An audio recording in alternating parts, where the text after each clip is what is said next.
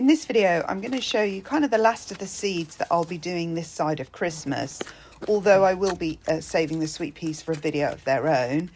Then I'm going to show you how I make the compost for my seeds from my own compost, adding a bit of sand and water, and how I'm going to use these aluminium roasting trays, which I have loads, and I kind of wash them and recycle them. And they're just, first of all, they're more environmentally friendly because they can be recycled and they're not plastic. And also I have lots more of them. So it's a cheaper option for me for large plantings of seeds. So here's my selection of seeds. So let's get into it. And this is my selection of seeds. And I picked up this nasturtium because it's a baby rose. It's a pink. And I've never really seen pink before, so I thought I'd give that a go and see if it really is pink. These seeds are ones that can be sown later in the year up to October. Our October is really still very mild, and so I'm still planting. It's the 1st of October, and here is my white mallow, which is white musk, a mallow, which is obviously good for wildlife, etc. The nasturtiums I'm putting to one side because on that side is going to be the things I'm not going to plant now, and on the right hand side are the things I'm going to plant now.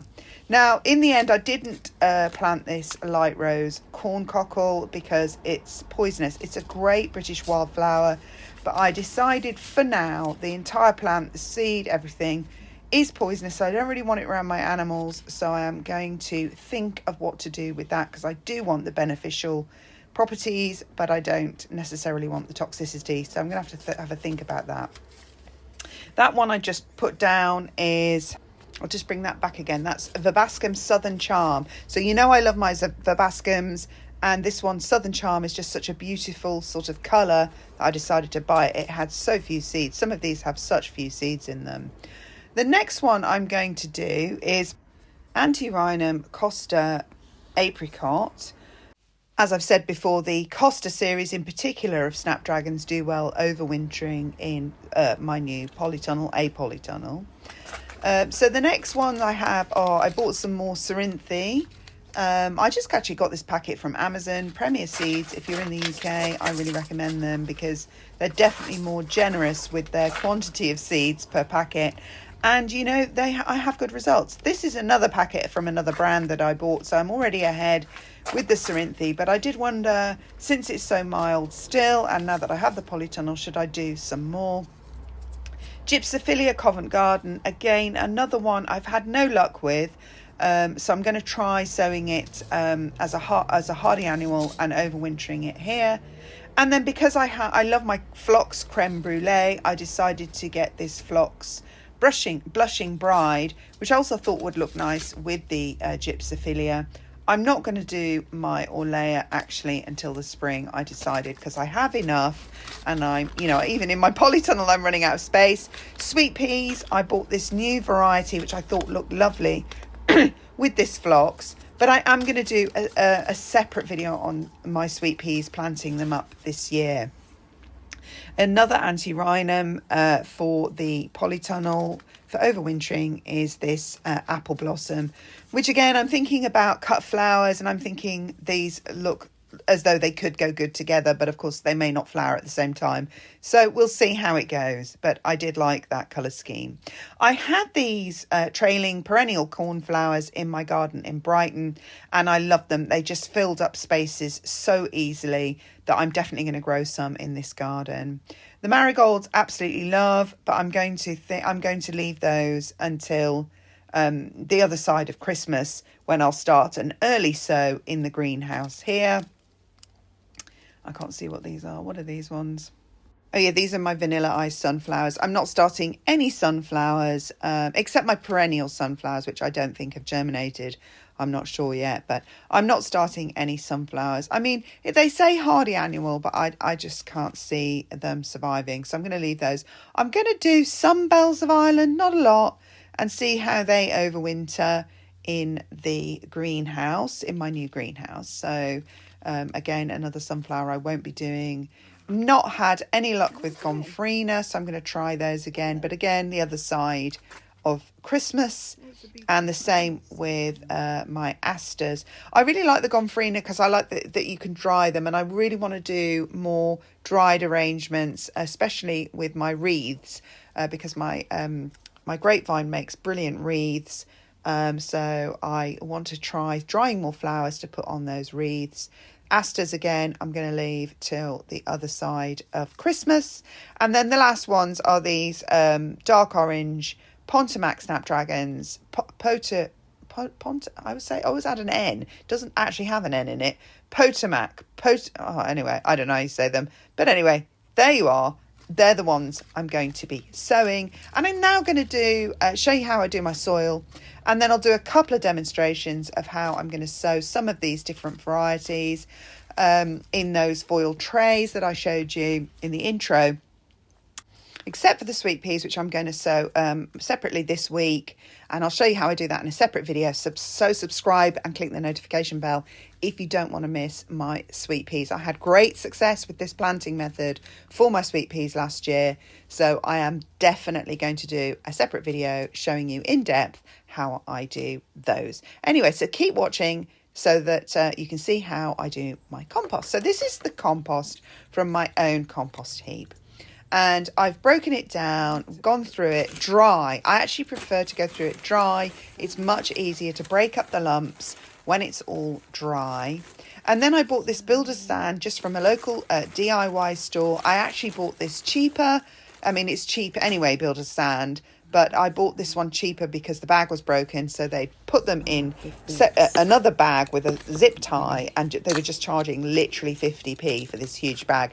And it has lasted me the whole summer and all my sowing until now. I've literally just finished it today. Now, I also added to this some spent compost from a big garden planter that I am getting rid of because it's just kind of rotted down and got too ugly. So I use that for bulk because these are seedlings, so they don't need a huge amount of fertility just to get them started. But they do need the soil to be small, and, you know, the sand helps to break up the soil so they can weave their little tiny delicate roots through. And I actually added quite a lot of sand, which I didn't necessarily film. So this has, I would say, about a quarter of it is sand, about a quarter of this volume. And then probably it's about half and half spent compost, and the other half is my actual garden compost, which is lovely. I then water it through, and it takes a lot of water, the compost bucket this size. So be generous with that. It will soak right through very quickly. And also, look, you can see the drainage, how fantastic that just drained right through that water. And that's a good sign because you don't want waterlogged seedlings, and you don't want water sitting on the surface turning the compost green and all those other problems that you will then get with pests and diseases, etc. And I will add even more water to this because, as you can see, as it absorbs very quickly, then you will need to add more water. You don't want to start those seedlings off hammering them with water. You know, I just literally apply them to this wet soil, and then I don't bother watering them again for a couple of days. So as you can see there, and I'm just, as I'm going through it, take your time. I mean, I actually just enjoyed doing this. It's like playing with mud as a kid. I just stirred it like a cake for quite a while, much longer than I'm filming here. And I just, as I was going, I was picking out bits of, my compost is under a tree by the bins on my drive, and things do get in there that aren't supposed to be in there. Like bits of old, rubbish. I've got that's a bramble root. I definitely don't want a bramble root in there. I do actually think I need to move my compost because it's been so dry this summer that the compost hasn't really broken down as nicely as I would like. It does require some moisture, but because the trees have got so big over it, it stayed quite dry. But anyway, it will still have plenty of nutrients. So a word of warning using spent compost. Don't use the spent compost of anything that's had a disease. I don't use the compost I used was actually fine. I have a brown bin full of garden waste that I will not use on my raised beds or my compost because I put the brown spotted rose leaves in there. So I know there's probably pathogens and viruses that I don't want to introduce to my plants. So I won't be using that. All right, that's a word on my compost. Right, so then these foil tins, you can get these. What are they? I buy them for 99p or something. And then I use them, and then I can use them again because you can wash them out. I mean, unless they've got food, stuck to them, then don't bother. But as you can see, these were rinsed quite effectively. And then I just prick the bottom, obviously using something soft underneath, so that you don't stab yourself or break your scissors. And then what I will do is put some. Again, the cheap builder's gravel, the smaller size. So I love my builder's gravel, builder's sand, builder's gravel, large size for my pathways and small size for my planting. And sometimes I will plant this on the surface of pots. When I've refreshed pots for spring, ready for spring, I'll put gravel on top, and that signifies to me that this one has been freshly planted. It's got perhaps new tulips in it or something. So I don't kind of repeat. And I'm sorry about those spots on my arm, but that was from doing my greenhouse when I was cutting back the brambles and roses, actually, because the roses are right next to my greenhouse, and they kind of tore my arm. So, this is a hazard of being a gardener, let's face it.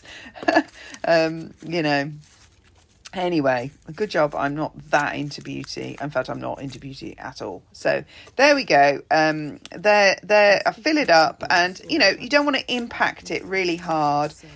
Just lightly tap it into the corners so that it's even.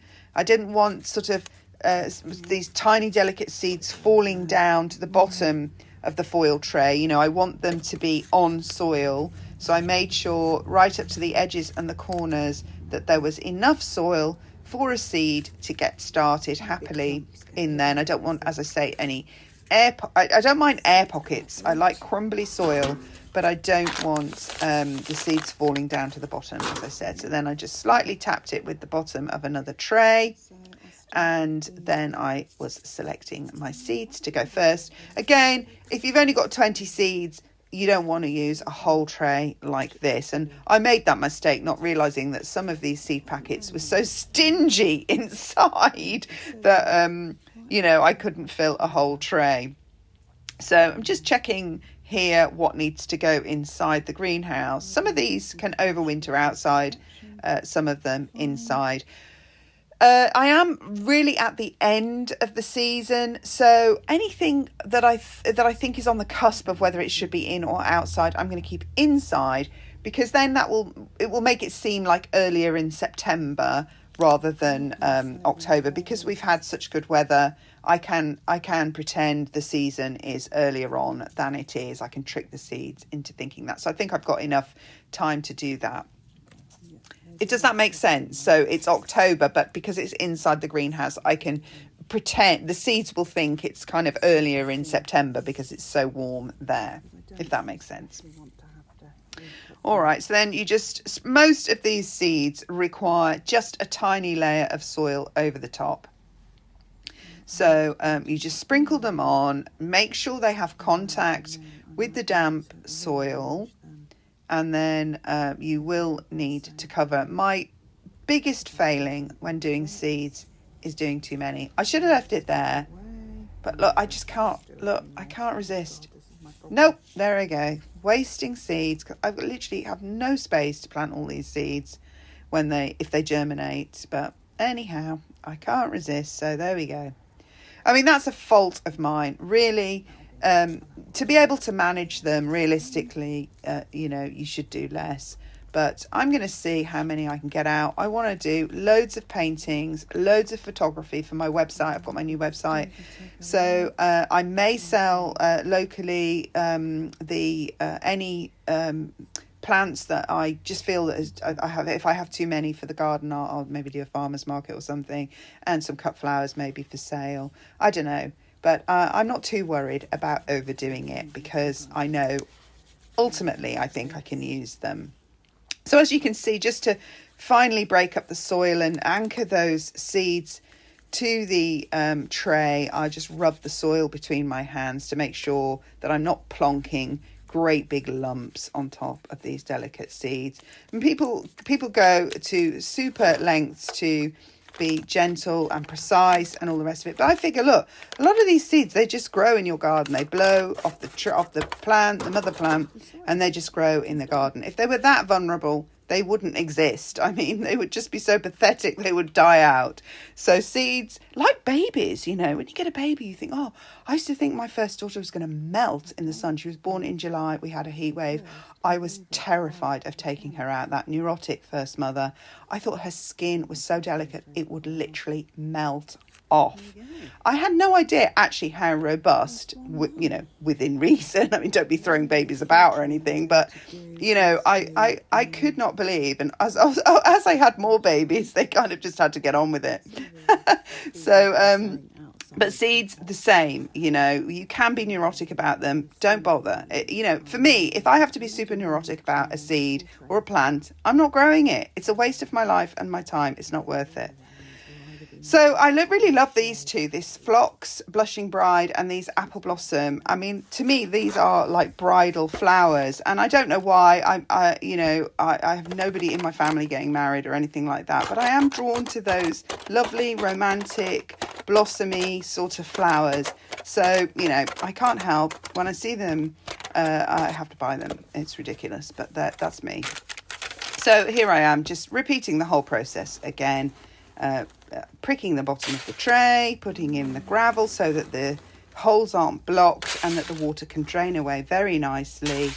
And then, you know, and the great thing about this is because they're so shallow, you're not using tons of soil, of compost, good compost, just for roots that are ultimately going to be, I mean, you know, maximum, by the time you're transplanting them, the roots are going to be maximum a couple of centimetres long, which will easily curl around in the bottom of this tray. And you could even leave them for longer. They'll be absolutely fine. And then you will need more compost to transplant them. And goodness knows where I'm going to get my compost from when they all need transplanting. Thank goodness I have those 2 huge raised beds attached to my greenhouse. Talking about my greenhouse, obviously, I am filling up those beds rapidly, and I will be finishing off the door and the back window. So look out for that video when it comes. So, you know, don't forget to subscribe and click the notification bell.